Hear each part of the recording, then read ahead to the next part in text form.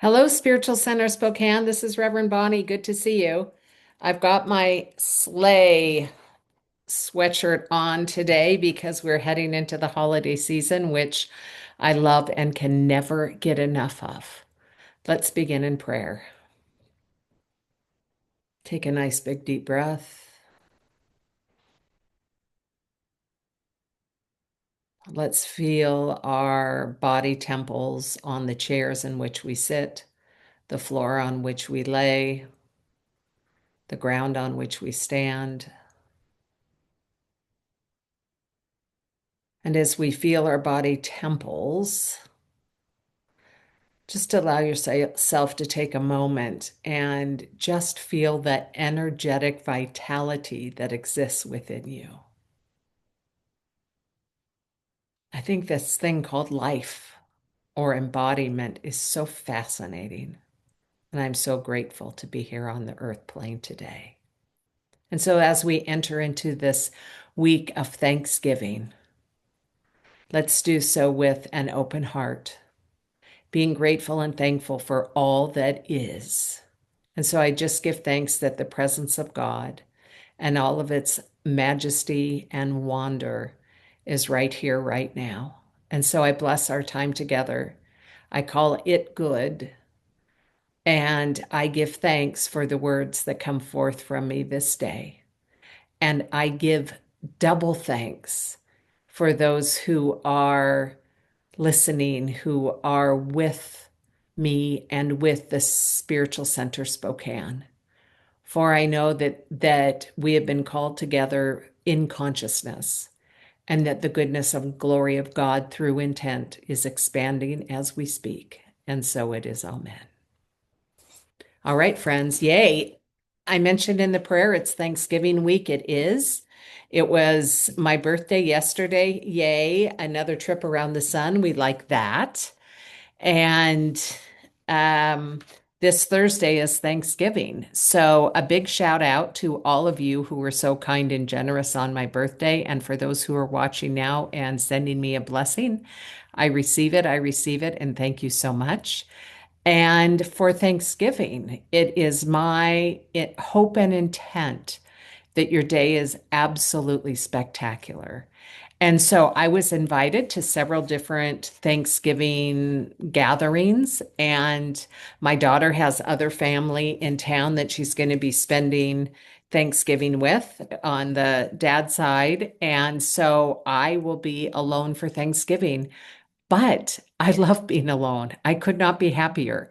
So, no sad tears for Bonnie. I am thrilled. I will make my own Thanksgiving feast and have lots of leftovers and have the opportunity to read and to take walks and to pray and to just meditate and do all the stuff I love to do. So, I am very grateful in advance. And whether you are with a big group of people, with family, with friends, or by yourself, may you absolutely enjoy the day. That is my hope and prayer for you. So I'm feeling better than last week. Last week, I was at a level 10 in pain in my upper intestines. It's now down to a 6-7.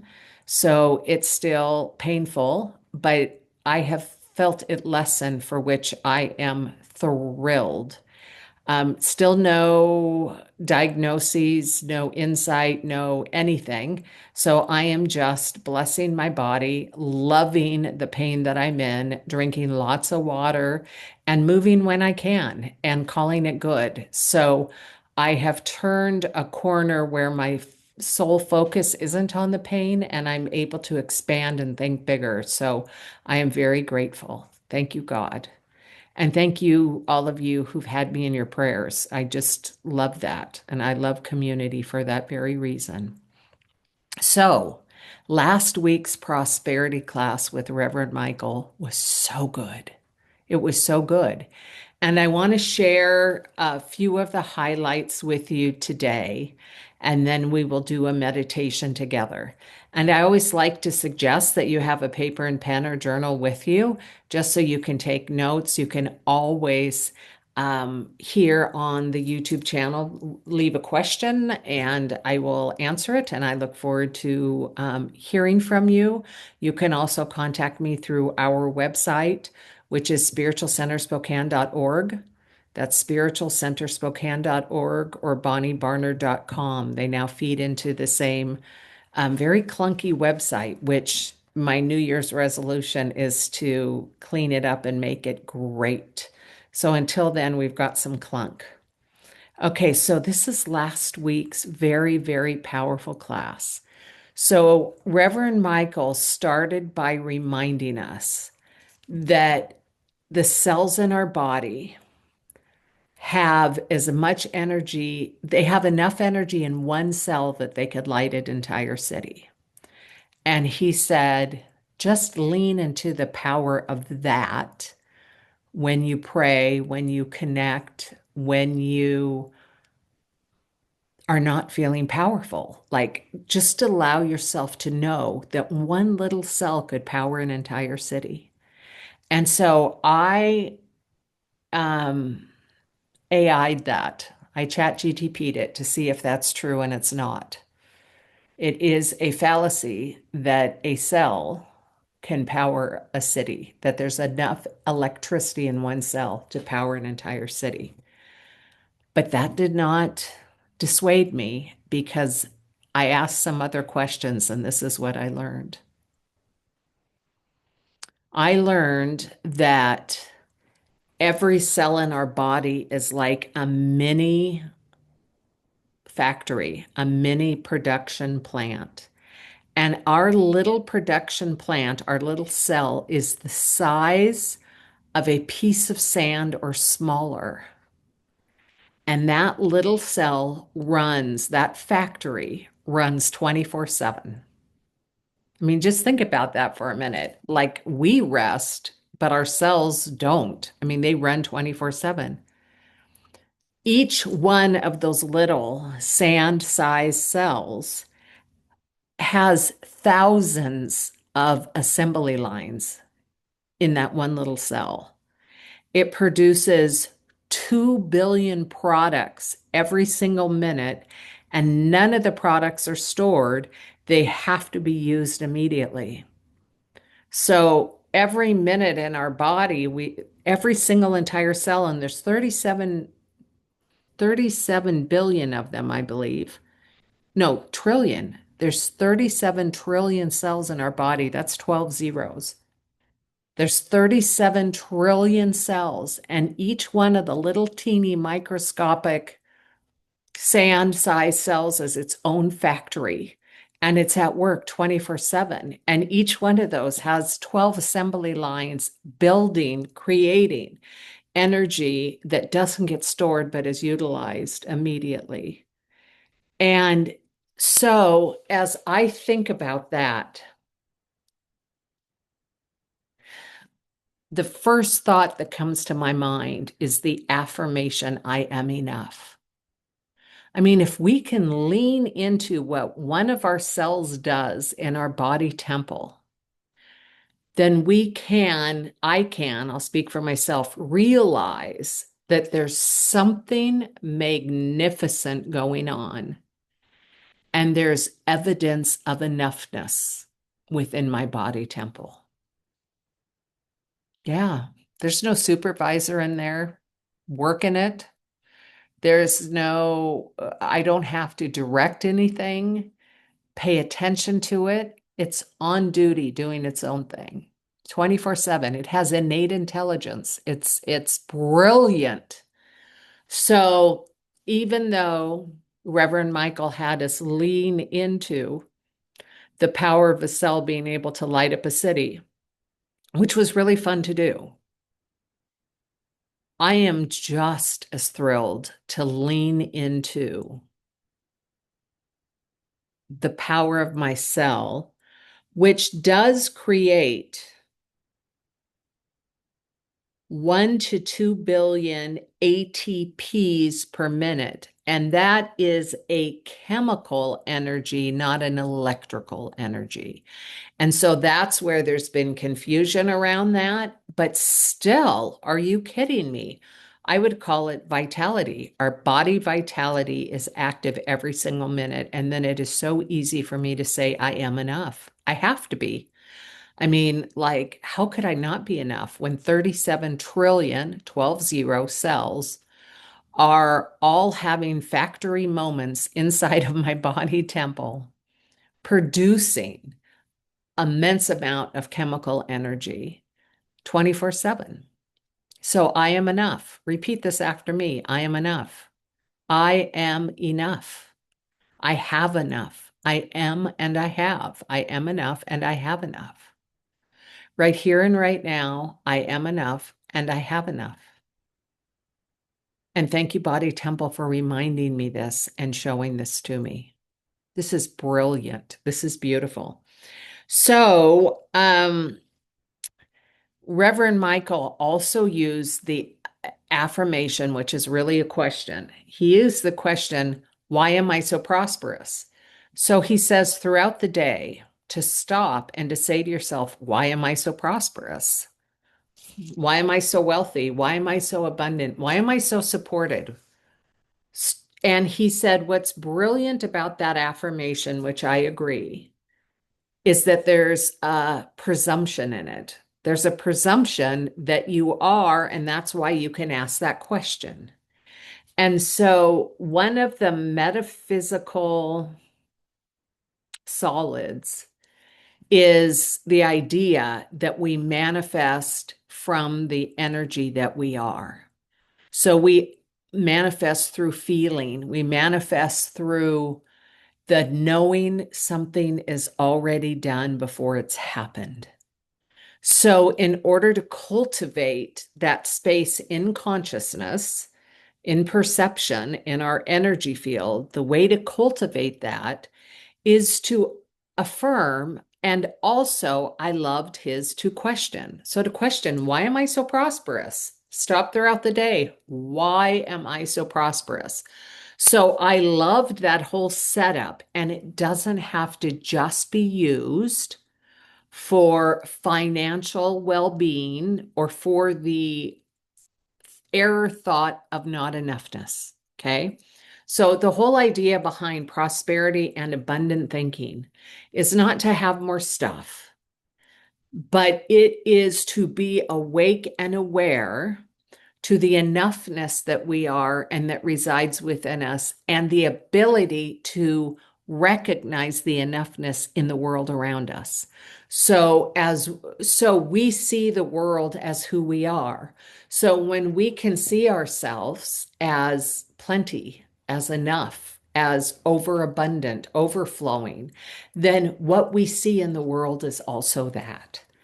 And so the question becomes, why am I so prosperous? Why does my life overflow with so much good?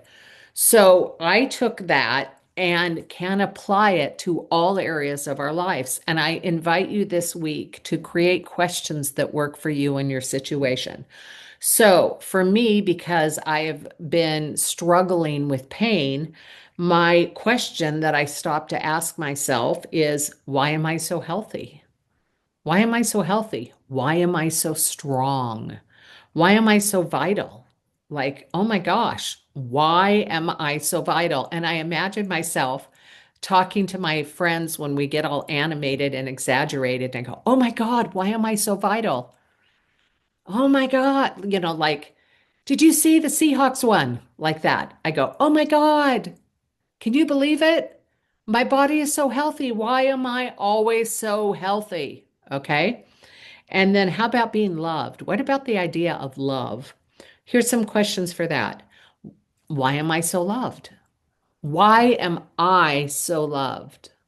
Why am I so loved? Or why am I so pursued? Everywhere I go, people love me. Why? Why am I so pursued? Why am I so desired? Why am I so desired? Why am I so loved? Okay. Why am I so loved? And that question then creates a premise of I am so loved. Okay. And then expanded work. These were fun.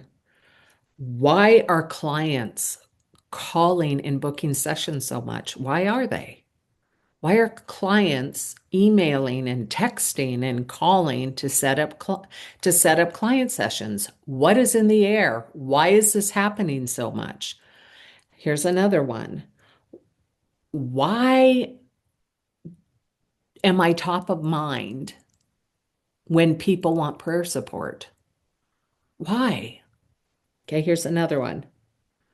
Why are the referrals nonstop? Why do the referrals keep coming? So I am playing with the questions and having fun with them. And I invite you to do that too, and to do it in an area of life that you want to cultivate.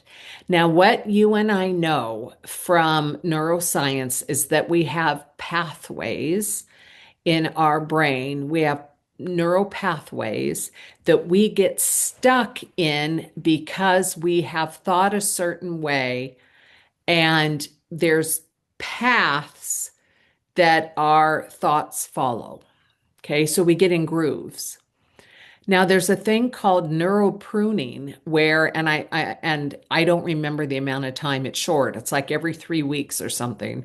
Pathways that haven't been used get pruned for the new ones. So we have the ability to shift and change. And if we don't tend to sound like if we don't tend to chronic complaining, and instead our attention is moving forward, then our brain changes to follow that. Okay. But it's not a one time deal. It's not like I can ask the question, why am I so loved? Or why am I so prosperous? And then voila, it happens. It's like it needs to be that chronic self talk that is similar to the self talk where someone beats themselves up or someone complains or someone self deprecates. So some people might say, like, why don't people like me? Or why don't I have enough money at the end of the month? So there's a chronic messaging that goes on in our brain, and we're changing that chronic messaging, but it takes time. So when you come up with these questions, allow yourself 3 weeks, 4 weeks, 6 months, allow a period of time for it to become so ingrained in you that it becomes you. That's the whole idea behind this work. So there's a built-in assumption, and what we know about how consciousness it works is it draws to us who we are. It draws to us who we see ourselves as being. So if I see myself as being poor, I'm going to have lots of examples of it. If I see myself as being always funded, always tended to, always supported, I'm going to be that. And so we just keep doing the work. We keep doing the work. So Reverend Michael also reminded us that we have at least 15 senses. And I counted some here, and it looks like I have at least 20 on my list. But we have and I'm changing the topic now. And the theme for tonight seems to be plenty, that we have so much. And when we get narrow focused, like when all I could think of was my pain, then the ability to see broader doesn't exist. And so if I were to allow myself to stay focused on pain and pain alone, it would be very different than loving it, allowing it to be, trusting something good is unfolding for me, and loving myself through to something else. And so to something greater, so that I'm more than just the pain I was having.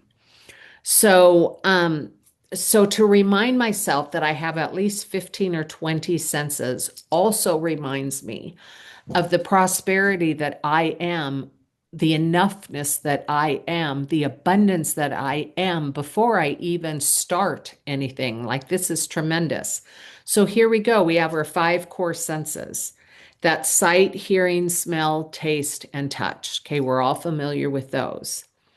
Then we have at least four spiritual senses: intuition, empathy, the ability to feel others and other energies and situations, aesthetic or beauty, and imagination. Then we have at least three mental ones: memory, we can pull up memory; reason, we can reason things through; and interpretation of emotions from senses. So, I've been doing a lot of work, I think I've said this here before, with a man named David Friedman, who I absolutely love, and he wrote a book called The Thought Exchange. And he says all the time that we don't really have emotions, we have body sensations, and we label them with emotions. So if you just let your sensations be and feel them and love them, you don't need to turn it into story. Okay, emotion enters into story. So we have a thought. My thought is, um, I'm in pain. We have a thought, and then we have an emotion that goes with that thought. The emotion for me was incredible fear. Will it ever go away? And if I don't label it fear, and instead allow myself to feel the sensation that arises with the thought, then I skip a layer. So, so one of our senses is the ability to sense an emotion and then give it a name. Okay. Then we have our psychic senses. And these are often referred to as clairs. We have clairvoyance, which is the ability to see. And this is to see spiritually. So, clairvoyance to see is to see what is in the invisible. Clairaudient is to hear. Clairsentient is to feel. Claircognizant is to know. Clairalliance is to smell, and I do that often. Like I will be visiting someone's house and I can smell a cigar or smell a perfume or smell cigarettes or smell something and ask the person that I'm with, who do you know that smokes or wears this perfume or whatever? And I nail it. I mean, for that's one that comes to me pretty easily. Clairgustance is the ability to taste. So instead of smelling someone around, it's like being at someone's house and tasting in your mouth a piece of chocolate where you haven't had chocolate. So it's tasting in the invisible and then saying out loud, do you know someone who loves chocolate, or do you love chocolate, or what's the thing with chocolate? So that's taste. And then clair tangency is touch. And I had my first clair tangent moment when I was 5 years old, and I felt the presence of God surrounding and holding me when I was building a garden in our backyard. So that's the ability to feel what isn't there, but it is there. It's just not visible. Okay, so we have already gone through, we have our core senses, our spiritual senses, our mental senses, our psychic senses, and we also have hidden senses. And these are words that I'm just learning, but they are true. It's proprioception, which is the sense of our body in space. So I can sense where I am in the space of this room. That's a sensation, that's a sense. Another is vestibular, which is the sense of balance. I can sense when I am in balance. Interoception is the sense of internal states like gut feelings, breath, thirst, hunger, or your heartbeat.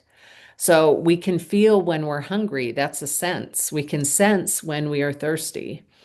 Thermoception is the sense of hot and cold. Nociception. Nociception is the sense of pain. Nociception. And equilibrioception is the ability to stay upright and have the sense of uprightness.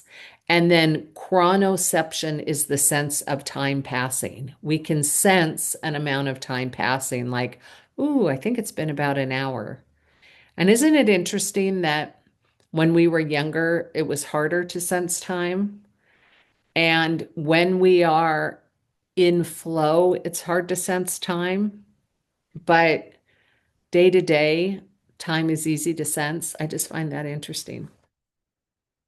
Isn't that good? I mean, geez, talk about a class on prosperity. It's like our cells in our body temples, the number of senses that we have. That's amazing. The questioning of ourself. And then lastly, in class, Reverend Michael said, for a very powerful affirmation, which I am now doing every day, it is, I will to will God's will. And I have heard that my whole life, and it has never resonated with me, ever. And it resonated with me last Tuesday. I will to will God's will. And where it resonated with me, as Reverend Michael had said, God's will for us is the expansion of good, is the expansion of our soul. God's will for us is the expansion of our good, the alignment with and expansion of our soul. God's will for us is that. And what is God? God is light and love and peace and joy. And God is abundance and God is plenty and God is everything we consider good. God is good. So I will to will Good's will. I will to will love's will. I will to will abundance's will. I will to will peace's will. That the will of God and the qualities of God are more of that. And so I thought, oh, I just felt relief. There was something about, oh, I don't have to know what I want. I don't have to call it forward. I don't have to anything. I can just will to will God's will. And that just means more good. And that divine presence within me knows what more good means to me and my soul, or me as my soul. So I love that. Repeat that after me. I will to will God's will. I will to will God's will. I will to will God's will. I will to will love's will. I will to love joy's will. I will to love joy's will. I will to love peace's will. I will to love peace's will. I will to love life's will. I will to will God's will. Mm, how lovely. How absolutely lovely. Oh, let's just take a nice big breath together. Ah, and again. Ah.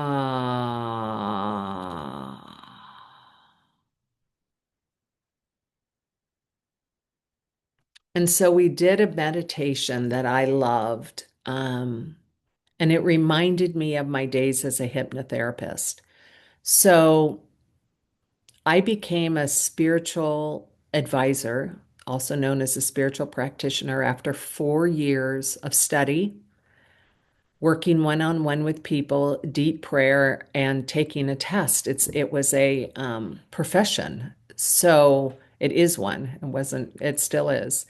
But I did 4 years of study and committed to living, to continuing to practice the principles and to study and then to pray with and for people for their highest and their best.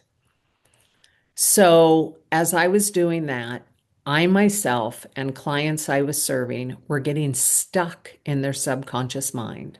Stuff was happening, and I wanted to know how the subconscious mind worked.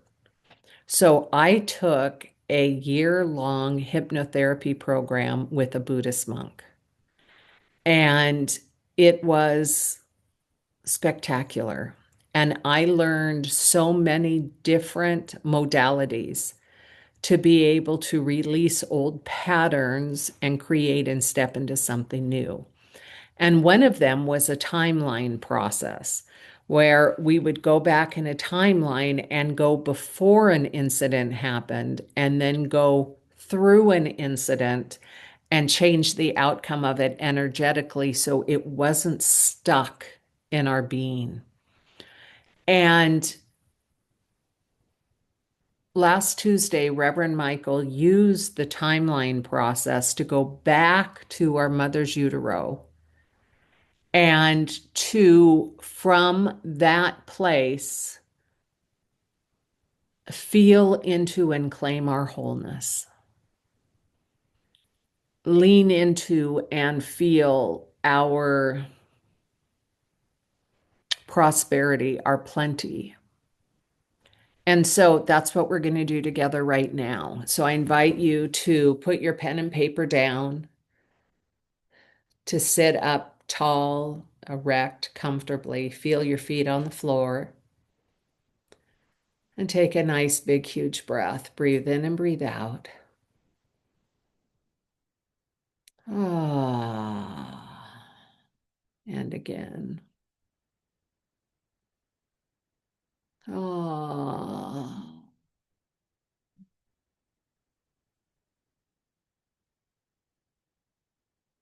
Hmm. And when we do something like this, we don't stop and get analytical. We're really just allowing spirit, our soul, our internal senses to take the wheel. It doesn't have to make sense. It doesn't need to be literal. We're just going to go back in time. We're going to go back 5 years and another 5 years. And when I do this, I always like to say, ooh, I like to see myself in my mind's eye when I go back. So I like to see what I looked like in my 50s. I like to see the clothes I was wearing, maybe a house I was living in, maybe a friend I had. And then I like to go back to my early 50s and then have an experience of that, maybe where I was at, maybe a time of day, maybe clothes, maybe friends, maybe the grass I was sitting on, or the city I was in, or a trip I took, and then I go back to my mid 40s, and then I do the same, and I'm just experiencing going back in time, back to my early 40s, back to my late 30s, back to my early 30s, and go all the way back until I get into my mother's womb, back to when I was birthed and then pre-birth, when I was hanging out in the mom's house. And I just feel what that feels like to be floating around in amniotic fluid. Did I say that right? It doesn't even matter. You know what I'm talking about. To be floating around, to be tethered to a cord, to be moving my hands and my feet, to have all of the nutrients my body needs, just to be hanging out. And from this place, I know that when I enter into the world, when I leave this house, things are going to be very, very, very different.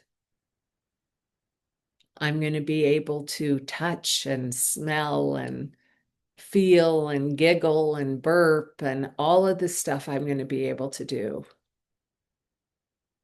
But I let myself feel and know that I will always remember this enoughness that I have right now.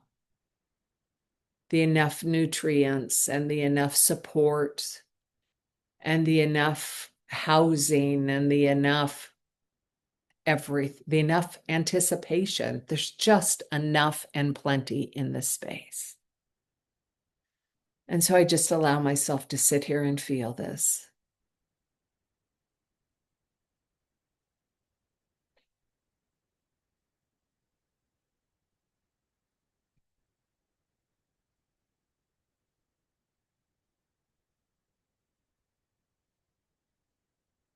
And right now in my mind is the song, This Little Light of Mine, I'm going to Let It Shine, is coming up while I'm hanging out in the womb.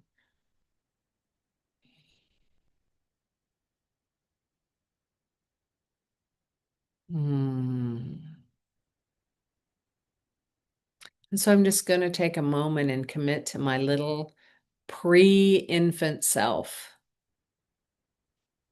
that I will remember the plenty that exists in my life, even if I can't see it. I will remember the nurturing of this womb, even if it doesn't feel like it outside. I am going to remember the comfort, the incubation that will happen over and over and over and over again in my life, but it will feel different in the outside. And so, more than anything, I'm going to remember the trust I have in the divine, in the infinite, in the process. I'm going to trust this thing that we're calling life. And let's just do some affirmations together. I am enough. I have enough. I am supported. I have support.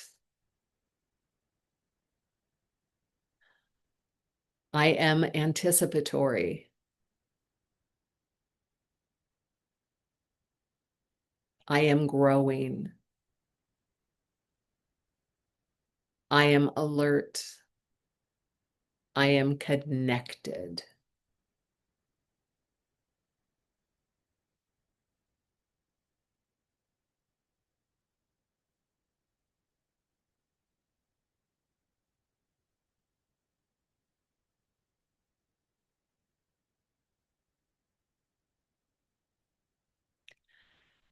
And so we're going to go from that feeling to being 5 years old, and from 5 to 10, and from 10 to 15, and from 15 to 20, all the way up into our age today. And what we know is that all stages of us still exist inside of us. I still have inside of Bonnie a 12-year-old Bonnie. I still have inside of Bonnie a 42-year-old Bonnie. I still have with inside of Bonnie an embryonic Bonnie. And so I just give thanks that at any time in meditation, we can visit a younger version of ourselves and reclaim anything we perceive to once be missing. I give thanks that we have the guidance of spirit to guide us through this process. And I give thanks that the divine love of God is always, always, always present within us and around us. And so for this, I give thanks. And as we open our eyes, we do so, knowing that all of our needs are met and that we are loved. And so it is. Amen. Wow. Wasn't that lovely? Mm, I love it, friends. Thank you so very much for being here. Please remember to not do meditations while you're driving. It seems really funny to even say that.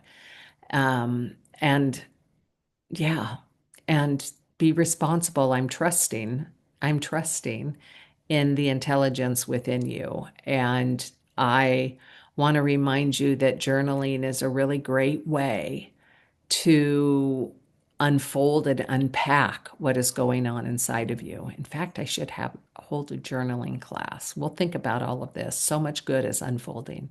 All right, I love you. Have a wonderful, wonderful holiday. week and enjoy whatever is in store for you. And thank you for being on here. If you haven't already subscribed, please subscribe. And if you'd be kind enough to leave a message or note, please do.